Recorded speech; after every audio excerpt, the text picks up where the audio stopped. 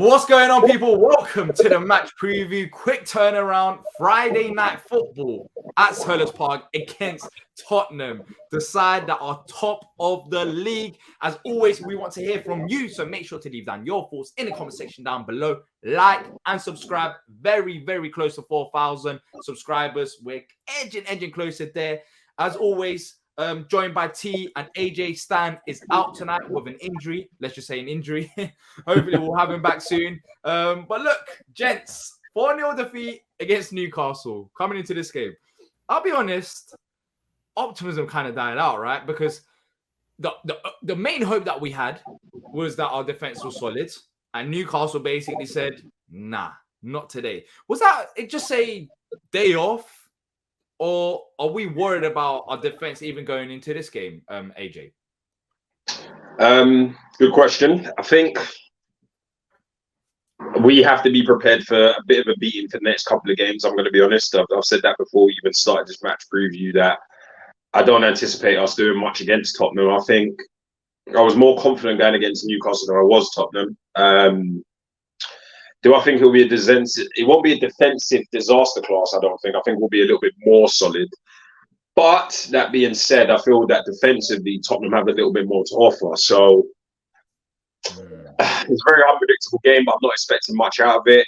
There are potential returns in our squad. Hopefully, we'll just get a better performance out of whatever that was on the weekend, because that was a very poor performance. And Newcastle showed up and they wanted it. And you can tell from about the first 90 seconds that we were in for a long day and a long weekend. So if we do that against a team like Tottenham in the form they're in, we're in big trouble. So we need to just up the levels a little bit, be a little bit smarter. You know, nobody's saying we have to bang 3 goals in the first 10 minutes. You know, let's just hold Tottenham down, try and lock out their main attacking threats. And then hopefully, fingers crossed, you never know. Yeah. So T, look, AJ's not as optimistic. Of course, he knows that this game is going to be a bigger struggle. I think I'm in the same wavelength, to be fair, because Tottenham have been excellent so far this season. And we'll cover Tottenham a bit later on down the show. But for me, I think the biggest surprise was our defense against Newcastle. That's the one thing that we've been very good at. And that's the only concerning bit. Like, a part of me is looking at this game saying, was that a wake-up call that we can't just slip up? We have to be focused for the entirety of the 90 minutes. First goal, yeah, I think it was a fluky goal. Newcastle still deserved the win, but it was, I don't know exactly if he meant that or not. But even like, I think it was the second goal, third goal that scored so many. Can't remember. But Gahey, like losing the ball just at the edge of the box and just sitting down. And that was a big surprise for you. What went wrong in the Newcastle game that we need to fix in this one? Well, it seemed like there was a lot of breakdowns. Misfortunes. Lack of hustle at times or effort at times.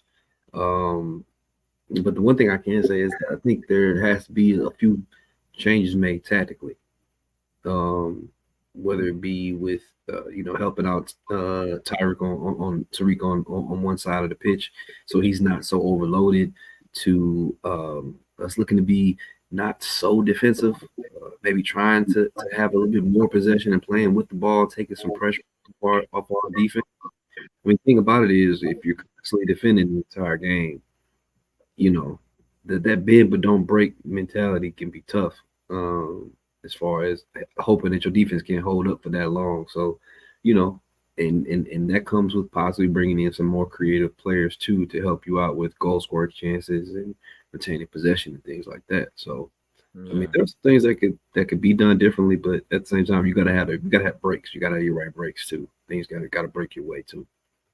I'll be honest, I don't know what you think, AJ, but for me, Edouard has been fantastic this season. But in the game against Newcastle, defensively, they hammered us down Mitchell's side, and Eddie just simply wasn't picking up runners. He wasn't, and it was so many times 2-on-1 situations with Tyreek.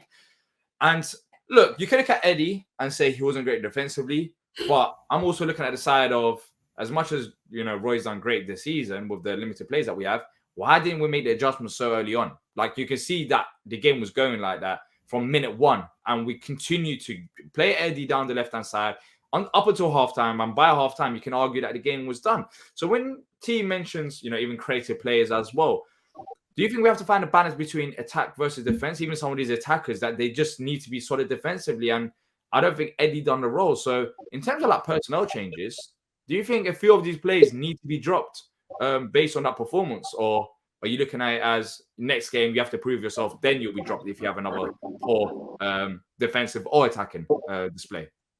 It's hard to specify because the problem is we don't have a massive selection of choice. So it's not to say we can turn around and say, okay, if this winger ain't showed up, then we can play the other winger. We kind of have to do the best we can with what we have. I wouldn't actually go on record to even put Eddie on the wing anyway. It's not his game. You know, he's a very, I'll be honest, he's quite lethargic. He's pretty chilled. He sort of just stands around and sort of waits for the ball to come to feet. In a game, especially against a team like Tottenham, where they're going to be bombarding us down those wings, that's not going to be his game. And it will be definitely a repeat of Newcastle if he continues to do that. It might be a case where you might have to play Ayew there. It might even be a case where potentially Francois or Raksaki, depending on what Roy decides to go with. But even those players aren't particularly renowned for being defensive. I think from what I remember, when Francis came on, he was willing to come back and defend and do his job in that side of things. But do I anticipate him starting against Tottenham? Very unlikely, especially with him playing tonight as well. If you're looking for somebody that's going to do their work defensively, Eddie's just not the guy to do it for them. So if I am going to make some changes, it has to be Jordan Ayew down that wing because he will do the work on both sides of it. And I'm sorry, Eddie's just not the guy for that kind of role. Look, I think changes are needed in this game because the defense, I think Gahey, Anderson, Mitchell, they've been solid this season, as well as Joe Ward in periods of games. And I wouldn't change the defense up much. And I think they will and they should wake up in this game because Tottenham, they have the dangerous attackers that we'll talk about later on down the show.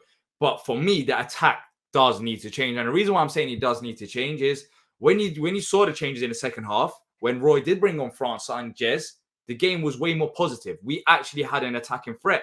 I've said this all week long. Edouard, Mateta, and Ayew with Hughes as a number 10, there isn't any creative outlet there. The only creative outlet, maybe you can make the argument, is Jordan Ayew. And you expect Jordan Ayew to have a great game. Edouard is not a wide player. Mateta won't be able to play out wide. So with them, you have two strikers, one of them playing out position. That's how I see it. And in this game, I think if France, I think it might be too early. But I still want to see meaningful minutes off the bench if the game is tight or if we need to have creativity. But team, Jez came on against Forest very early on, had a very good performance, solid defensively as well. In this game, do you think Roy should start him to have that creative outlet? Personally, I say yes, just because I feel like the alternatives to him not getting that opportunity to start probably isn't going to be good enough. Because if you don't decide to start Jez, then the alternative once again is probably deploying Eddie on the wing with Ayew on the other wing, and then I don't like the flat three that we tried to play with or necessarily the three that we tried to play in the middle. Let me just say that with having Hughes in there. So I mean, I would hope that we see some changes, especially with a match happening so quickly from the turnaround with coming back right back on Fridays. So I hope that we will make some changes, and I think it will make sense to give Jez this opportunity. I think he's been working up to it at this point. Like you said, for someone like France, it seems a little early. So, I would hope he gets that opportunity. Yeah, well, France, he scored a goal, right? He scored a goal for the under-21s. Scored a goal, and then Malcolm just scored one too. Yeah, so these youngsters, they're scoring goals, and that's what we need in the side. Even if it's not goals, just a bit of creativity and an attacking threat, because Tottenham are going to be pressuring us all game long. And yeah, I think France is too early, but let us know what you think in the comment section as well. Do you think Jez should be starting, and ahead of who? For me, I'll probably put Mateta back on the bench. I'll put Edouard up front and put Jez out wide alongside Ayew. That's what I would go with. But there's other combinations that you could do as well in that. And hopefully there's another, a quick talking point is Elise. Elise could potentially be back. There's murmurs here and there. Nothing's been official yet. But if Elise comes back, that would be massive. That would be massive, having Elise back into the side. So it might even not have to be France and Jez. But then again, He's been out for a while. I just don't see him starting in this game. I think it'll be a massive shock. But look, we do need some attackers out there, proper creative attackers, and we just simply didn't have that against Newcastle, and the defense couldn't hold it, and it just literally a car crash. It was literally a car crash watching that game play. Let's look at the league table, as we always do. Pre-game week 10, we're approaching the 10th game of the season. If we were to win, we could go up to 8th. A draw could take us up to 10th, and a loss could bring us down to 15th. Gents, it is looking tighter. It is looking tighter with the league table. What are we thinking going into the 10th game? A win is going to be very difficult to get, but if we even pulled a draw out of this game, that would be massive. But look, AJ, if we were to lose this game, going out to 15th after being 9th, like literally 2 games ago, I think, well, if a lot of results have to go against us, would kind of down the morale to a good start to the season, right? Yeah, sure. I think the thing is, when we looked into it as a fan base, you could debate that we expected to be in a much worse position. And I still stick with what I said previously. I think Roy's done a great job with what we've had to work with, and the fact that we've not even had that said squad at full capacity for most of it to get us to that position. I'm very proud. The thing is, and the thing that kind of disappointed me and frustrated me was when we started getting a few more players back in the team, we got absolutely destroyed by Newcastle. Sorry, I have to think of the most appropriate word because children do watch this stream. So, we had to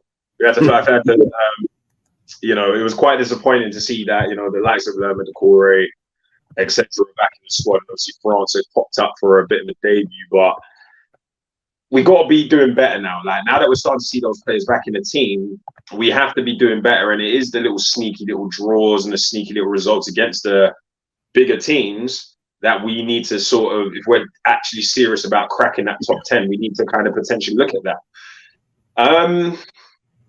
Do I think we'll end the weekend on 16th? Probably not. I don't think results will go against us that much. I don't think there's anything to particularly worry about, but it will add attention to the fan base, and it'll be the parish out brigade and all that kind of stuff that you start seeing and rearing its ugly head naturally. That will just happen if things don't go our way. But I think we just have to kind of tuck ourselves and get the seatbelts on for the next few weeks, because it's going to be compromising. And while the players are sort of getting back into the squad and getting back into the team, I feel like we're going to probably even be in a position where we're going to have to be a little bit more patient with things, because I don't anticipate us picking up big boy results.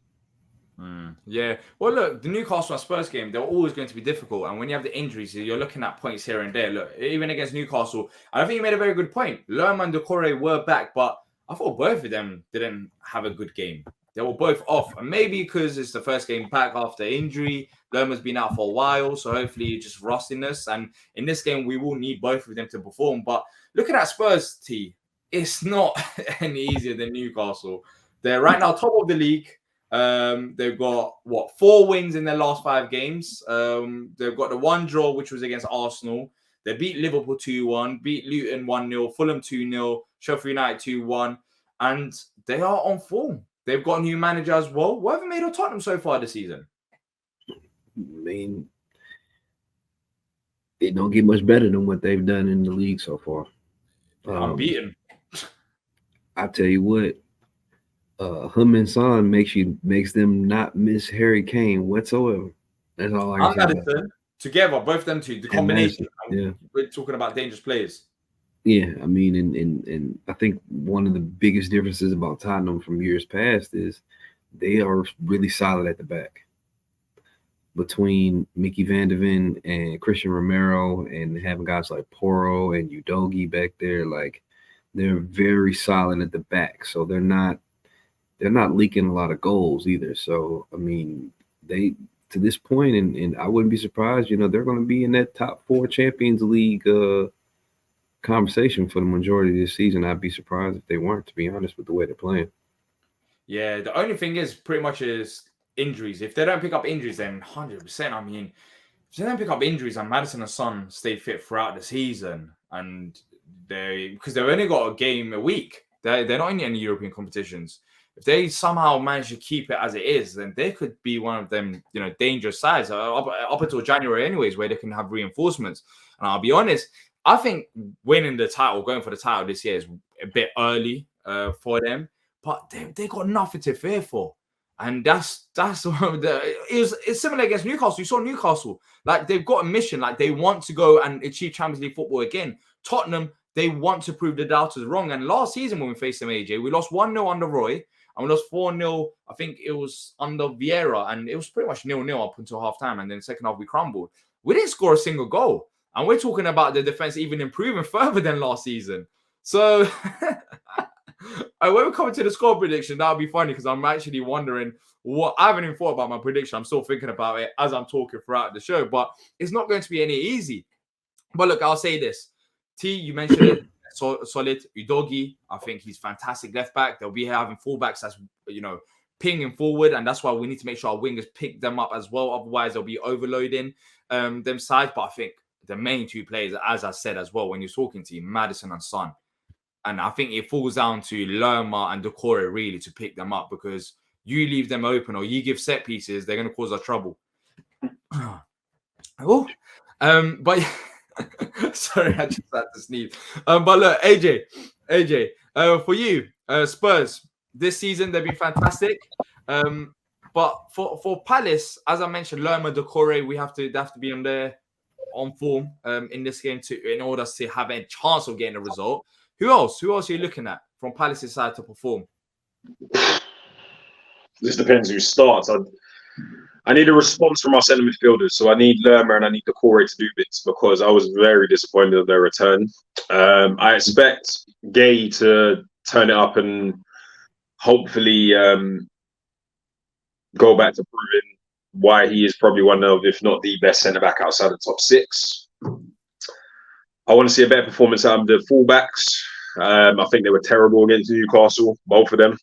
And overall, man, I don't think I'll ever get it, but I feel like I just need Edward to put his finger out of his arse, man. He needs to just look like he wants to be there. I know that's his style. I get it. He's cool. He's laid back. For the season, though, his body language, I've said it many times, he looks so positive. I think that's the thing. It felt that it was like a creative player, though, AJ. That's the thing. It was. That's the funny. But you know, I'll agree with that. He started the season so well, and people have been coming up to me and saying, "Bro, Edward's been doing bits in it." Yeah. So he was proving me wrong for a very long time, like at the start of the season. But what I don't want is I don't want him to fall into that rabbit hole, that trap of just because you had that one-off game, that's the style and that's your mentality going forward. I'm hoping he responds to it. Even if he pulls us a consolation goal and we get battered, that's enough for me. I just need to see that the effort being put in. And I think many Palace fans that have been around long enough will know we will always appreciate a player that puts the effort in. But when you don't, you'll know about it very, very quickly. Yeah, I don't think it's a case of effort, though. I think he's been playing out position. I think that was a problem in the Newcastle game. He's not a wide player. This season, where he's thrived is having quick 1-2s, getting involved in the build-up play, and then running on to goal. And then, are you creating a chance in front of goal, or it's Eze or someone else? They're just creating chances. And I think when you're playing him out wide, that's not his position. So I think for me, I'm going to debate Edward. I'm going to debate in the right position. I'm going to debate that one. The only reason is because I remember, what was it, a year ago, where we were fighting to get Edward into the squad and everyone was saying, what's his best position? And he was playing on the left. And he was playing on the left pretty productively. In fact, at one point, it looked like that's where we were getting the best out of him, when he was coming in off the left. And then we were putting Wilf up front and then potentially Mateta up front. We've done that before with him and he is more than capable. We know he can do it. But it's not he can do it. Winger, though. He's not winger. In my eyes, I never see Edward as a winger, especially in the Premier League. Like, he hasn't got the footwork for it. Like, he hasn't got the technical ability. Like, if you watch football, you can just look at Edward and just see, like, that's not his role. Like, he's not a wide player. He's not going to beat like 2-3. I just don't see it happening out wide. I just don't. I get it. Like, he has had some good performances out there, and maybe you have a point. Like, if he's done it previously, then he should do it again. But for me, you just play him in the right position, then you get the best out of Edward. And for me, Edward should most likely start up front. If Elise ain't fit, you still start Jez. You start Jez and Ayew, and you still have that bit of creative outlet with that front three. which we simply didn't have. But in terms of injuries, I think look, Tompkins, he should still be out. Eze, Henderson, and Elise is a question mark. But we're slowly getting there, T. We're slowly getting there. And in a way, it's positive as well because these two games, even if you do have these players, there's a chance that you're not going to pick up any points because they've been very good so far this season. Newcastle, Spurs.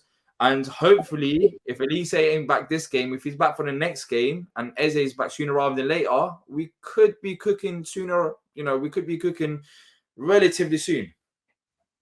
Yeah, you find yourself in a situation where you're hopefully starting to get guys back. The thing I think we got to pay attention to, this is a really tough matchup, but the next 3 after this are very winnable. So you got to think about those matches too between Luton, Everton, and Burnley. Those are very, very winnable matches. So if you can come out, have a good performance at home, it'd be great to get a decision in some form of fashion, but at least have some positives to the way you play, things that you can carry over. Like I said, possibly having a guy get back, with Elise. So positive moving forward. There are definitely things you can build on. I think there will be the naysayers, the boo birds, things like that if you end up losing this match. But at the same time, you've got 3 coming up that are a great chance for us to get some more points on the board. I'll be honest, my mentality even for this game, we'll talk about score predictions now and look at the prediction table, but my mentality for this game is get a point by any means. Have 0 shots on target, just get a point. You get it? Just get a point. I'll be happy with a point. I'll be over the moon with a point because I think that'll be massive. But then again, will I think we'll get a point? I think that's difficult, but we'll talk about predictions. Now, looking at the prediction table before we do, everyone got their prediction wrong last week. I think we all predicted for a draw and we got absolutely thrashed. So the points remain as it is. I'm still on top. T second, AJ third with 3 points, and Stan last with 2 points. 2, 3, 4, 5.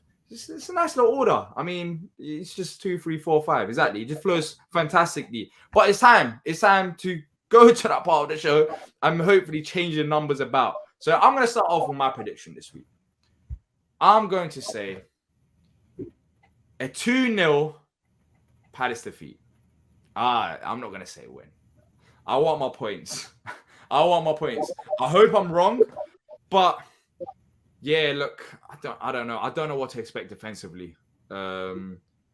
That's my main concern, and they've been very good. If we can stop Maddison and Son, I think we stop a big portion of their attack. Because even when they came off against Fulham in the last game, their attack wasn't as flowing as smoothly as they were when they were on the pitch. So I'm going to go for a 2-0 defeat. Let's go next to AJ. AJ, talk to me. You said 1-0 last week. You got that wrong. This week? It's going to be 3-0 Tottenham. 3-0 Tottenham. I love the optimism, boys. Let's keep it going. 1-0 as well last week.